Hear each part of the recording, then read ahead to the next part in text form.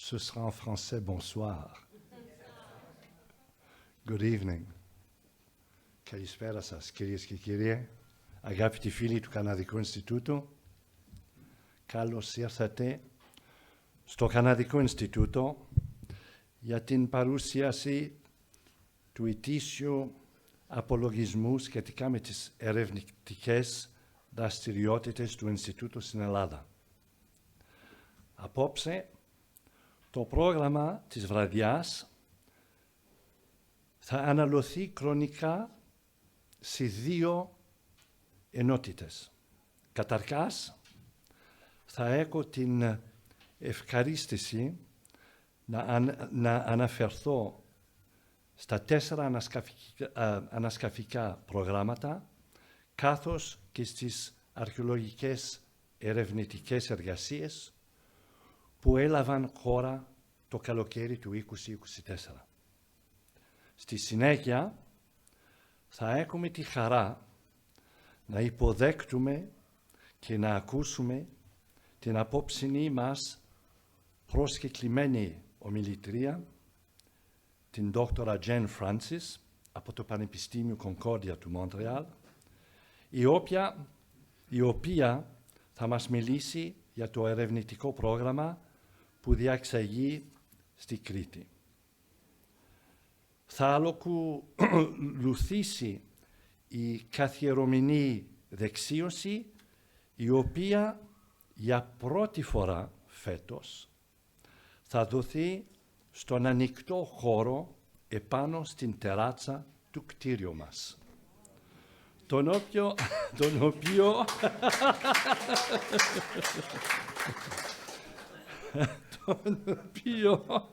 με πολύ χαρά εγκαινιάζουμε απόψε.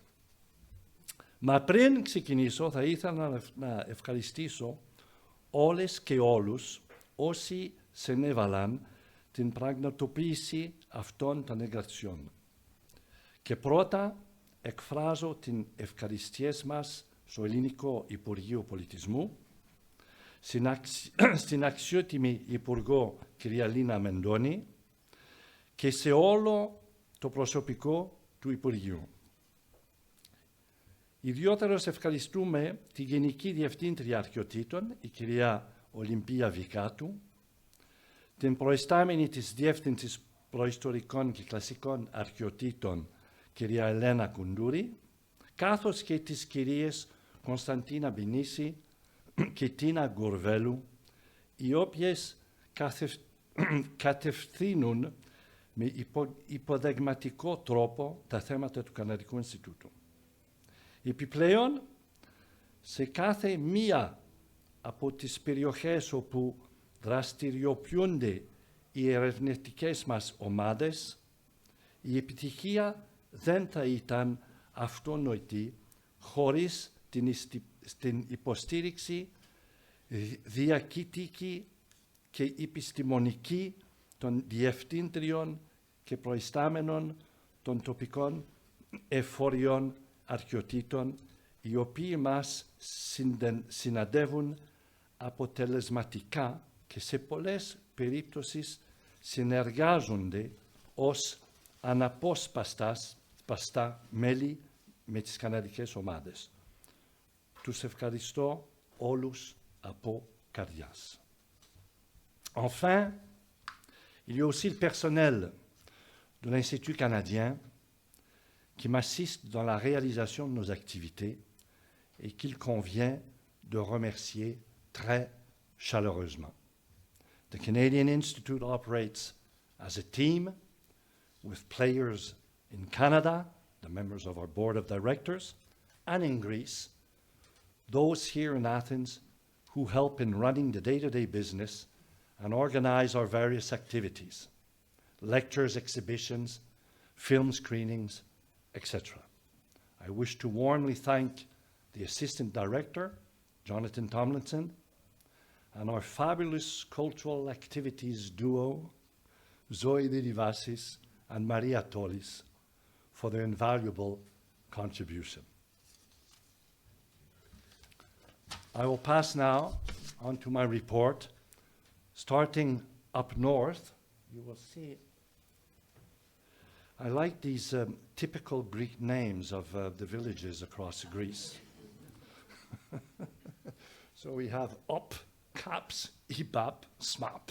So we will start from the north, going down to the south, starting with the Abdera Urban Planning Project. The Abdera Urban Plan Project is currently one of a few SIG projects in northern Greece. It is a 3-year συνεργασία, 24 to 26, between the Hellenic Ministry of Culture and the Canadian Institute in Greece, co-directed by Deputy Director Maria Chrysafi of the Effort of Antiquities of Xanthi and Dr. Maria Papaioannou from the University of New Brunswick, who is with us this evening, with support from the Social Sciences and Humanities Research Council of Canada. Ancient Abdera is a coastal site located in the prefecture of Xanthi in northern Greece, 5 kilometers south of the modern village of Abdera. The city was founded in the 7th and 6th centuries BC by colonists from Clazomenae and later from Teos. In the 4th century, it was relocated further south along the coast, most likely under Philip II, King of Macedon.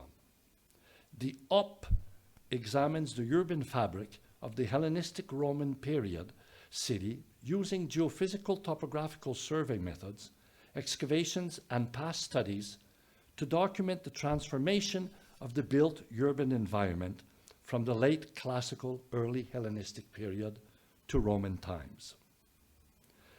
Excavations at the site began in the 1950s by the Effort of Antiquities of Eastern Macedonia and Thrace, Dimitrios Lazaridis, who brought to light scattered, fragmentary remains of Hellenistic and Roman period houses, and one well-preserved Roman period peristyle house from the insula of houses.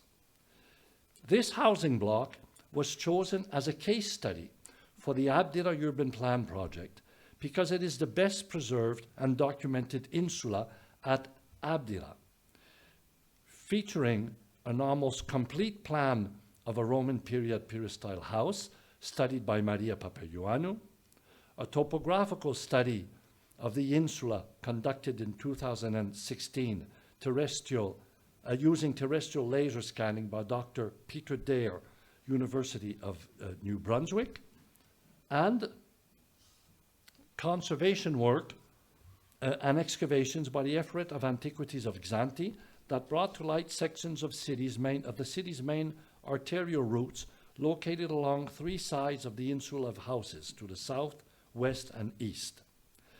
These past initiatives sparked an interest in identifying the various architectural phases of the insula of houses, establishing its dimensions as the location of the road along the north side remains unknown, and in presenting a complete plan of one of the city's housing blocks. To address these objectives, in June 2024, the southeast section of the insula of the houses and sections of neighboring insula to the north, east, and south were cleared of trees and vegetation to conduct geophysical topographical survey of the site.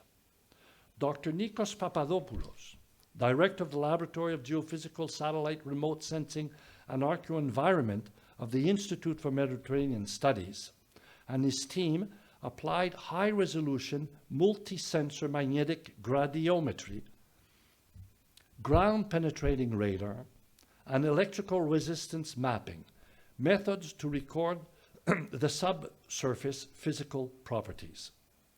The magnetic survey covered more than 7,100 square meters, while the GPR covered 94% of the total area and electrical resistance 18%. Dr. Gianluca Cantoro, assistant researcher of the National Research Council of Italy and member of the 4th team, was responsible for the topographic mapping using a ground-based laser scanner and drone photography to document areas of the insula not previously covered in 2016 by the University of New Brunswick research team. Outcomes from this survey revealed substantial remains of subsurface structures to a depth of 2 meters. GPR delineated roads and rectangular buildings, thus adding a third dimension to the respective mapping and providing an approximate depth of the various architectural phases. Multi-sensor magnetic gradiometry was less informative due to the absence of magnetic properties. However, some areas with high concentration of metal, in pink here, were identified. Lastly, electrical resistance mapping confirmed the existence of a previously excavated but later buried wall north of the insula of houses, despite its fuzzy appearance resistive signature. The geophysical results confirm the presence and continuation of roads bordering the insula. 2 south-north roads documented in earlier excavations, one along the west and one on the east side.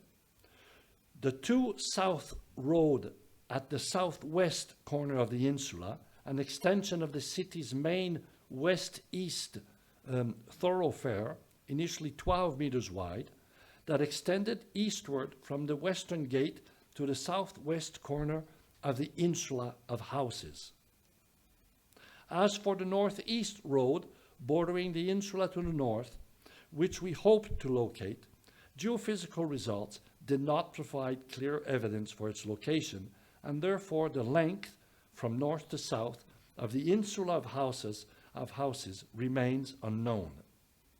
We had hypothesized, based on Hofner and Schwadner's 1986 estimates, of approximately 82 for the length of insula and of insulae at Abdera, that the road bordering the north side of the insula of houses would coincide with the respective boundary walls of the houses identified through GPR. All thought no such road was located.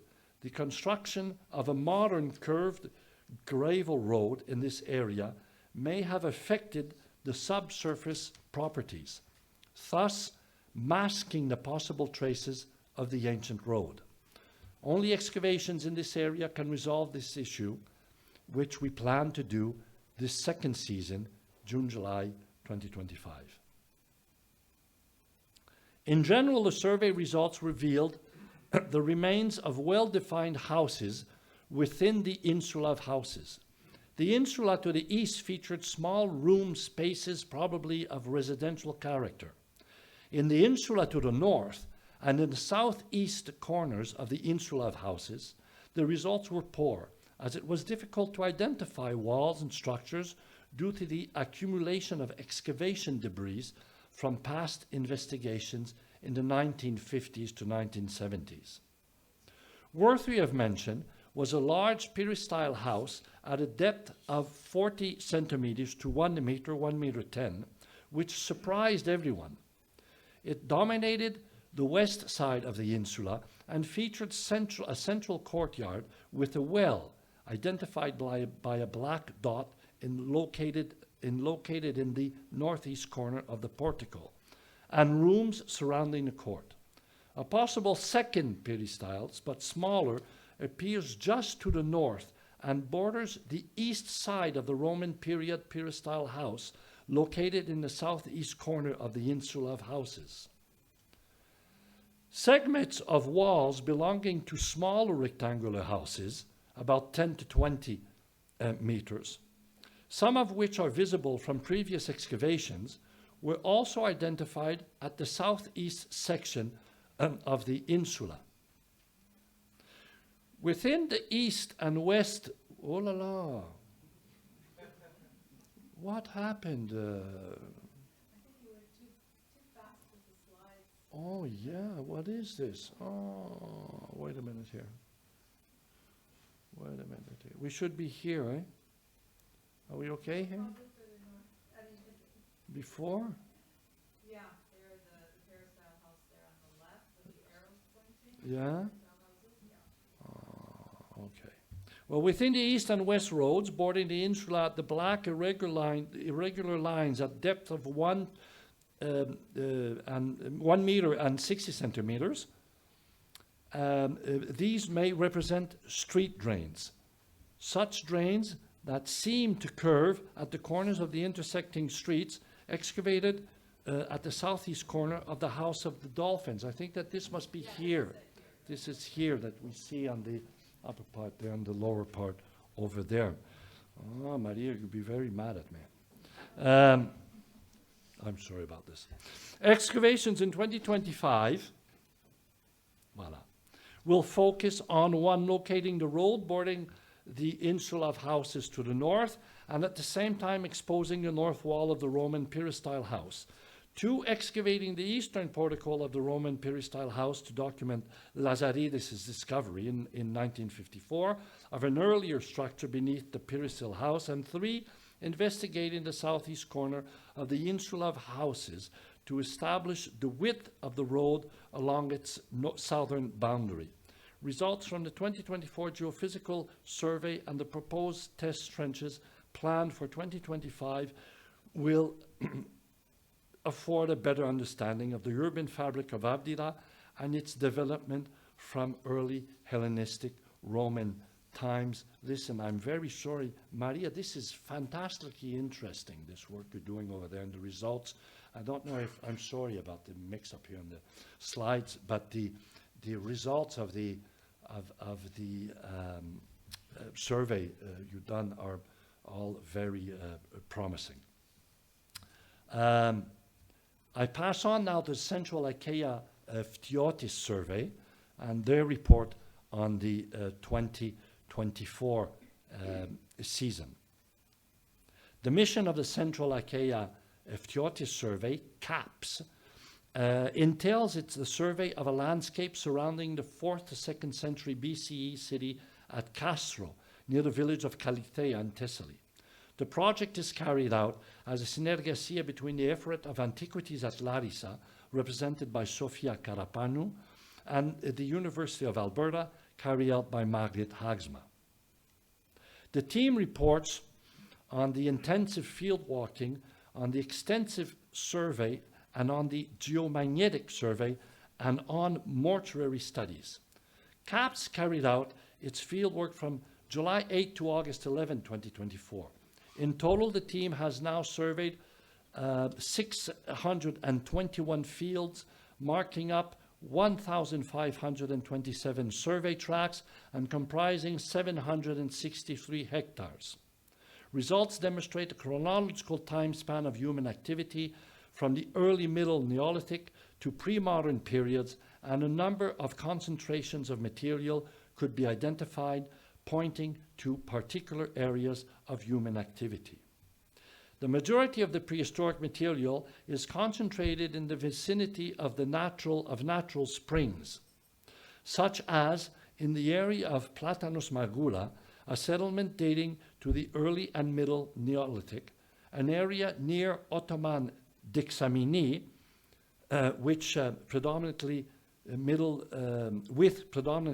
Helladic material, and a multi-period site at Arabisus, west of the village of Agios Antonios, which presents with Middle Helladic Mycenaean ceramics and early Iron Age ceramics. That's why she had put click. Okay. You know, I don't want everything. They're going to get very mad at me. There are many clicks here. This should be okay. The majority of the prehistoric material is concentrated the major concentrations dating to the first millennium BCE were found at the foot of Castro Hill, northwest of the Castro, along the road from Kalitheia to Platanos, near a small round citadel on the west side of the Inipeas, as Arabisus, and in small concentrations throughout the survey area.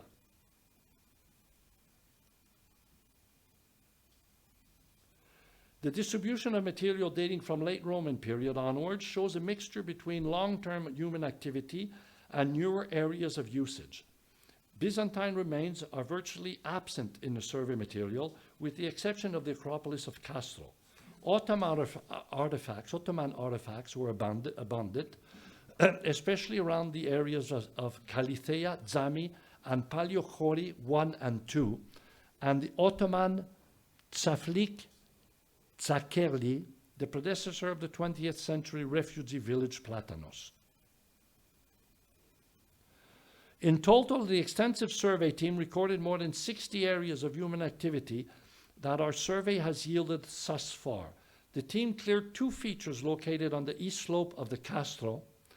They consist of a Hellenistic structure present as a form of retaining wall with a small opening. There is no inclusive interpretation of the function of this building. Given its location outside the city walls of Castro, interpretation ranges from tower gate to guardhouse and battery to cenotaph. The second structure we cleared and documented was an Ottoman sesme, public fountain, which was still operational until the 60s and 70s.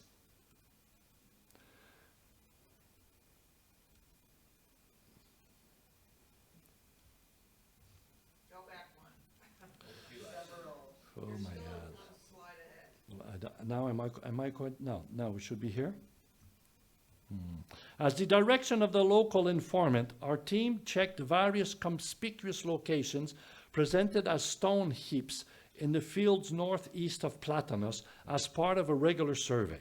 Of the 64 examined conspicuous mounds, 9 have been determined to very likely represent tholos tombs. Okay, so we're here. Right? This brings the total number of tholos tombs in the area up to 12. An additional 5 have been labeled as possible tombs. The material found near these features is worn, but can almost certainly be dated to the early Iron Age. These tombs, in addition to those found around Castro, make this area one of the richest areas for early Iron Age human funerary activity in Thessaly. The C4 dates of 2 individuals from the early Iron Age, Tholos 7, and 1 individual found in a small looted cyst tomb discovered on the east slope of the Castro became available. Rather than early Iron Age, the results, interestingly, point to a sub-Mycenaean date. The geophysical survey was carried out by Grigoris Tsokas and his team of the Exploration Geophysics Laboratory of the Aristoteles University of Thessaloniki. The method chosen was magnetic mapping. The results of the settlement at Castria Arabisis show linear anomalies were observed almost anywhere. It seems that the soil is heavily plowed, but despite disturbances caused, various walls and structures can be seen. Especially at the eastern part of the settlement, a large east-west running wall can be distinguished with various smaller rectangular structures and a possible round or apsidal structure. The magnetogram of the late early and middle Neolithic site at Platanos Magula revealed anomalies attributed to possible concealed ditches and probably buried ruins of foundations. Ditches such as there are often part and parcel of Neolithic settlements, but there is discussion as to what purpose they serve. Water management seemed to have been of primary importance in securing the settlements of flooding and for drainage and irrigation purposes. At the same time, they fulfilled multiple purposes as they could form the physical boundaries of the settlements or divide their inner space into areas for various purposes, such as housing, agriculture, and livestock activities. The effort of Larissa and Grigoris Tsokas plan an additional geophysical survey next year to map the complete hydrography of the settlement to better contribute to his discussion.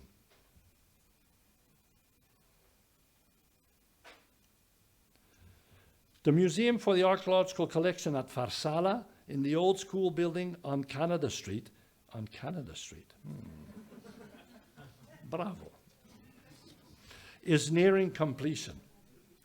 We are very proud that the archaeological exhibit on Castro Calitea, on display since 2018 in the Cultural Center, will be moved to the new Archeologiki Silogi.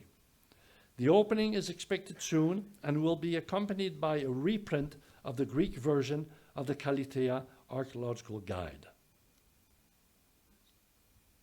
Thank you. Brendan, if I do it wrong, eh?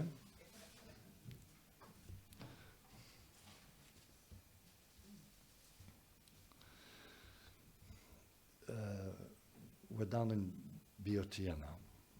The Eastern Boeotia Archaeological Project, EBAP, conducted excavations in the lower town of ancient Ilion as a collaboration of the Canadian Institute in Greece and the Ephorate of Antiquities of Boeotia from May 13th to June 23, 2024. Since 2011, the team's work has been focused on ancient Ilion, located 14 kilometers east of Thebes, benefiting from collegial relationships with the Ephoria based in Thebes and the local government and residents in the village of Arma. The project is currently co-directed by Brian Burns from Wellesley College, Brendan Burke from the University of Victoria, and Trevor Van Dam from the University of Warwick.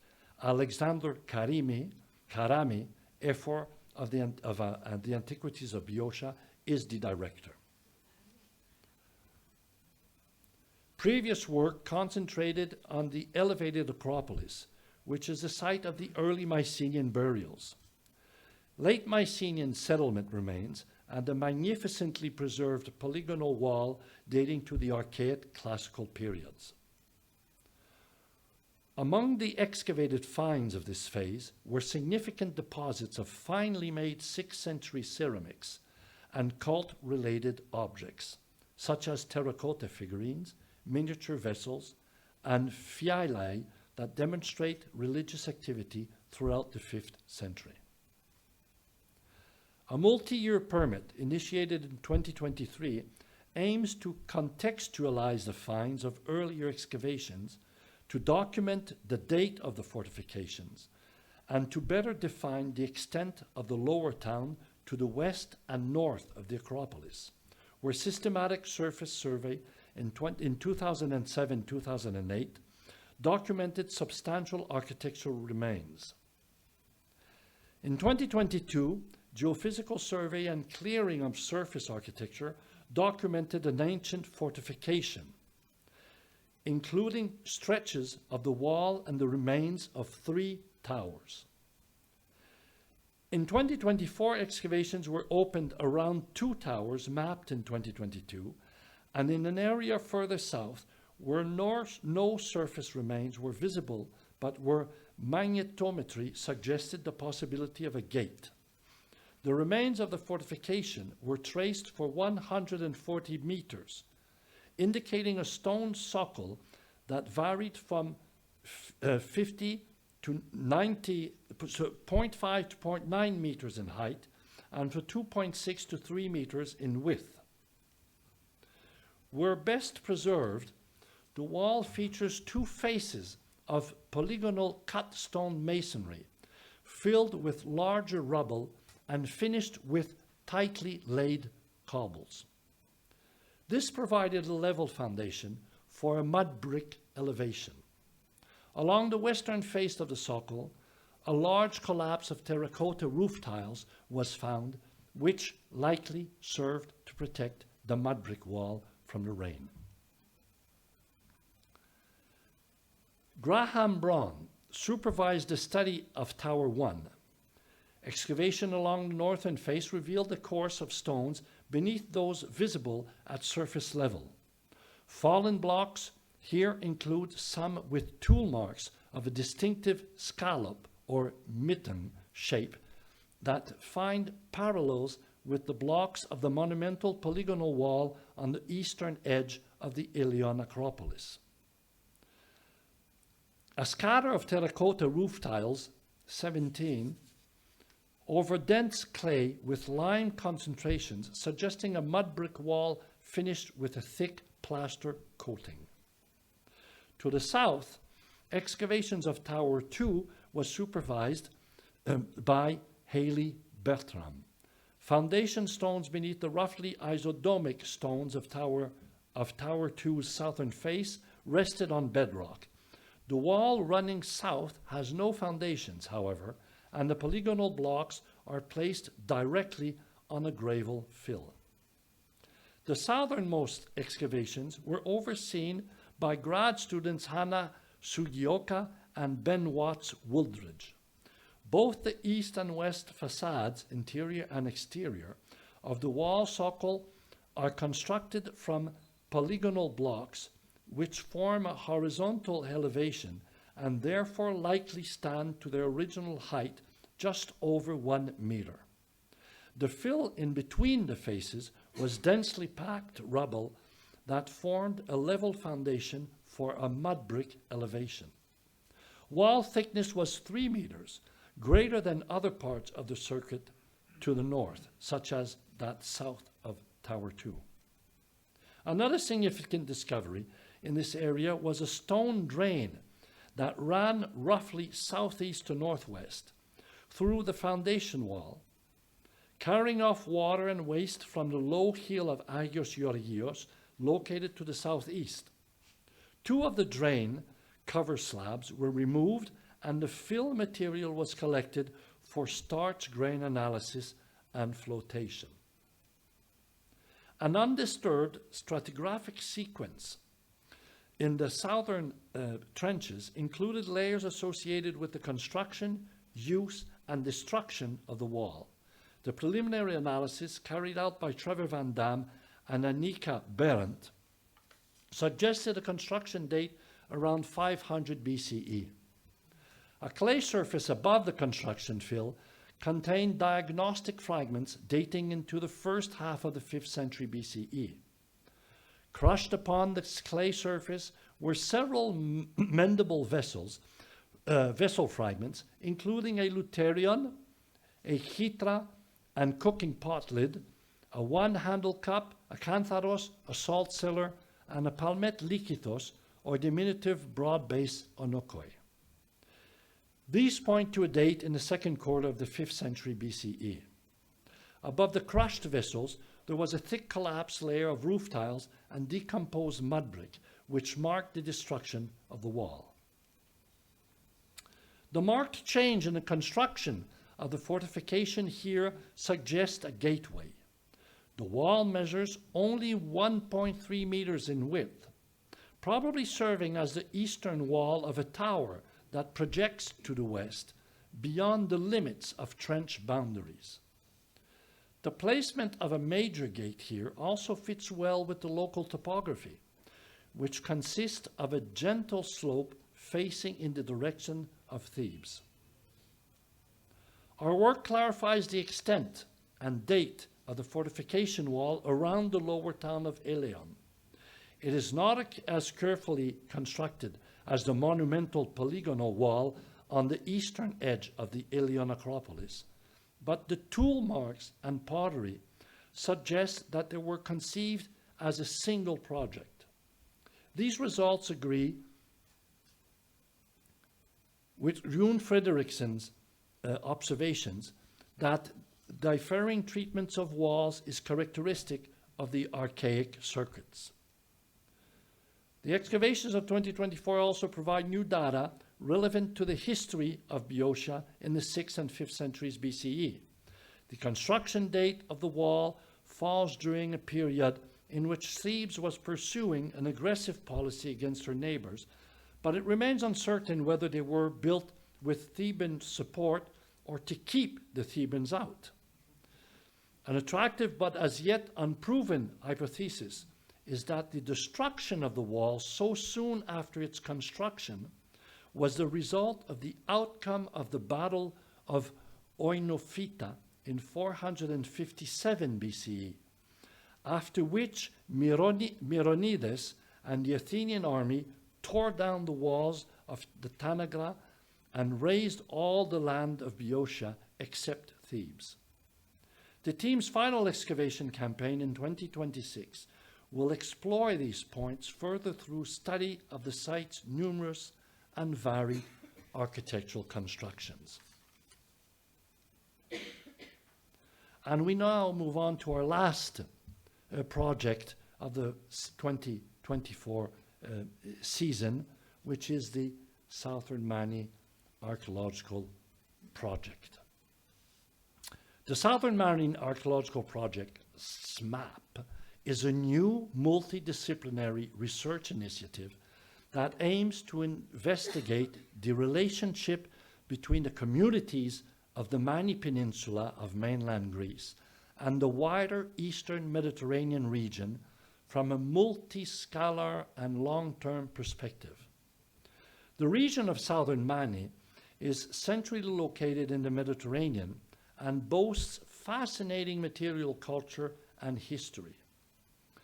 However, it has never been the subject of an extensive scientific archaeological investigation.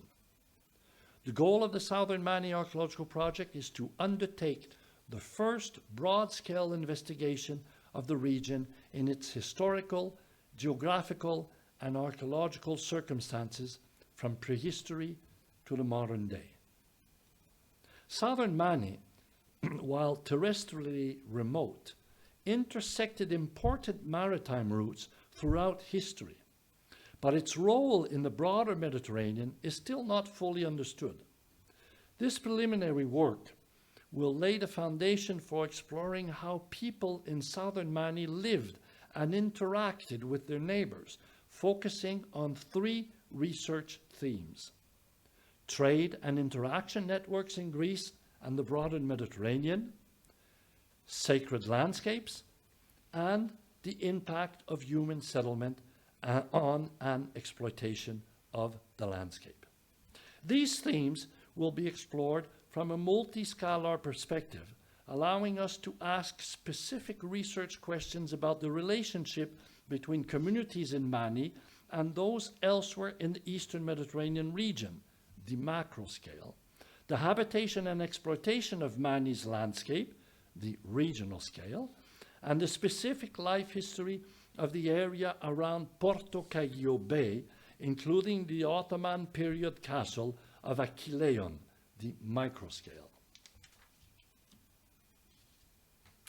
The directors of the Southern Mani Archaeological Project currently hold a 2-year permit from the Ephorate of Antiquities of Laconia for 2024 and 2025. This condensed timeline will allow the staff of the Ephorate and the SMAP directors to establish a relationship with the long-term goal of expanding the survey region in the future.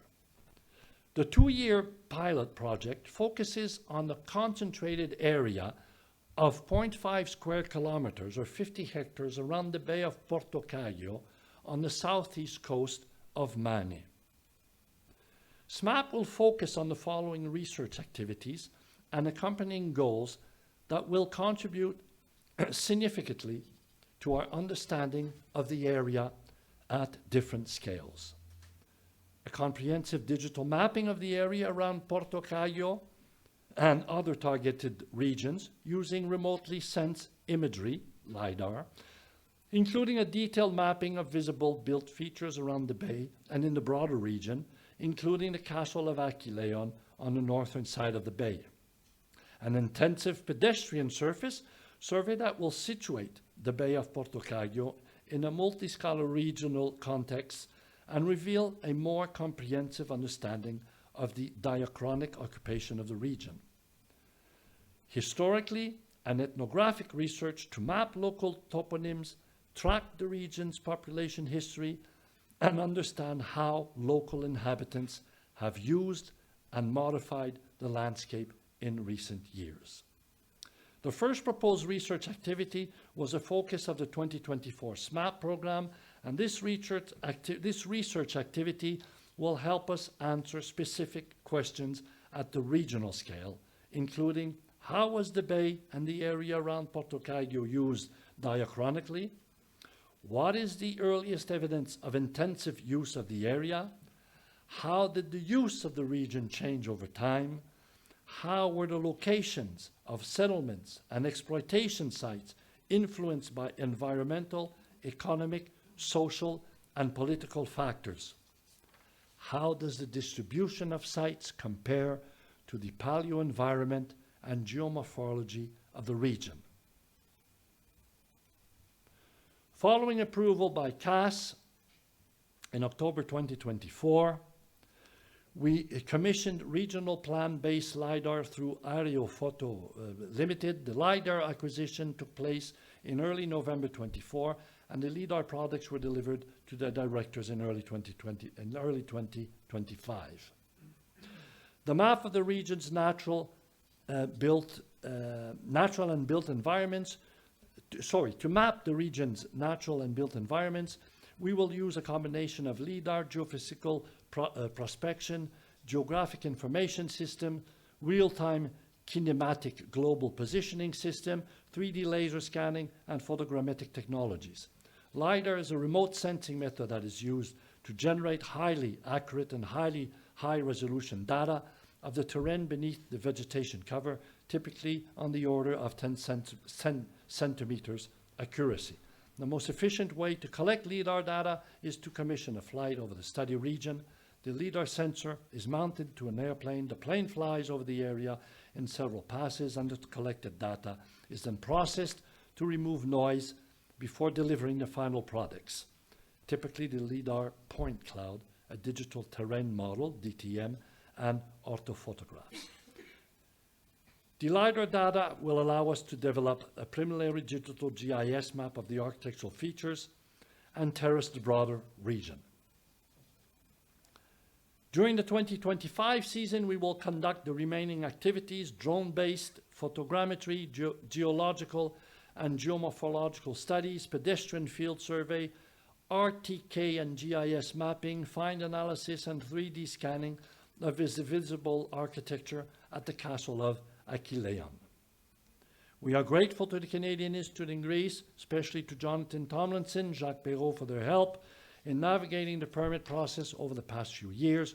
We would like to also acknowledge our funding sources: the Social Sciences and Humanities Research Council of Canada, Acadia University, and the Harrison McCain Foundation, the University of Massachusetts Amherst, and the Field Museum Negaunee Founding Program. We look forward to sharing the SMAP 2025 results at next year's annual meeting.